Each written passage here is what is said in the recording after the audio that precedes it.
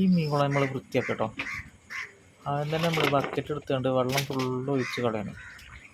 Complete വെള്ളം ഒഴിവാക്കണം. അപ്പോൾ ഒഴിവാക്കുന്നതിൻ്റെ മുന്നേ നമ്മൾ ആദ്യം ചെയ്യണത് ഒരു ബക്കറ്റ് വെള്ളം നമ്മൾ ഓടി ഇതിന്നെടുത്ത് മാറ്റി വെച്ചിട്ടുണ്ട് കേട്ടോ. അപ്പോൾ ഒഴിവാക്കുന്ന ഇടയിൽ മീനിനെ കിട്ടിയിരിക്കണം. അപ്പോൾ മീനെ നമ്മൾ ഈ ബക്കറ്റൊക്കെ ഇടണം. നമ്മൾ ഒഴിവാക്കുന്നതിന് മുന്നേ നമ്മളൊരു ബക്കറ്റ് വെള്ളം ഇതിൽ നിന്ന് എടുത്ത് മാറ്റി വെക്കണം.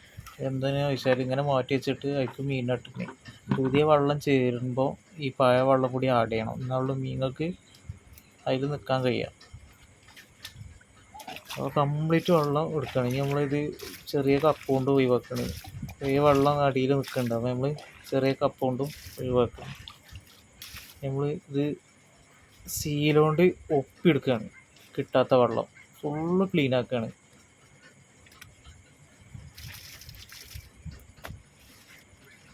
കുറേ കാലം ഇങ്ങനെ മീൻകുളം വൃത്തിയാക്കണം വിചാരിക്കും. പക്ഷെ കഴിയണില്ല, നമുക്ക് ടൈം കിട്ടില്ല. ഇന്നിപ്പോൾ ഒരു അവധി ദിവസം ആയതുകൊണ്ട് മാത്രമാണ് ഇത് ചെയ്യുന്നത്. ഇതിന് നമ്മൾ സമയം കിട്ടില്ല. പിന്നെ മീനുകൾക്ക് നല്ല ഫുഡ് കാര്യങ്ങളൊക്കെ കൊടുക്കുന്നുണ്ട് കേട്ടോ. നമ്മൾ ചിക്കനും മീനൊക്കെ മീനിന് മീൻ തന്നെയാണ് കൊടുക്കുന്നത്. ചിക്കൻ്റെ അതും കൊടുക്കുന്നുണ്ട്. അപ്പോൾ കംപ്ലീറ്റ് വൃത്തിയൊക്കെ കഴിഞ്ഞ് നമ്മൾ പുതിയ വെള്ളത്തിലേക്ക് ആഡ് ചെയ്യാം. അങ്ങനെ നമ്മൾ ഓരോ ബക്കറ്റ് വെള്ളം കൊടുന്നാണ്ട് ഉപയോഗിക്കുകയാണ്.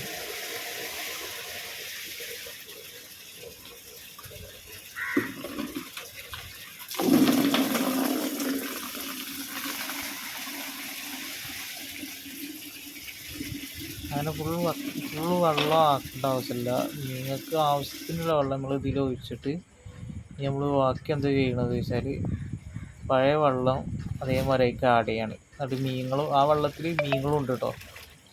കണ്ടോ, പുതിയ വെള്ളം ആ പഴയ വെള്ളം പാടെ മിക്സ് ചെയ്ത് കൊണ്ടാണോ ഇടാൻ. അല്ലെങ്കിൽ മീനുകൾക്ക് അതിൽ നിൽക്കാൻ കഴിയില്ല.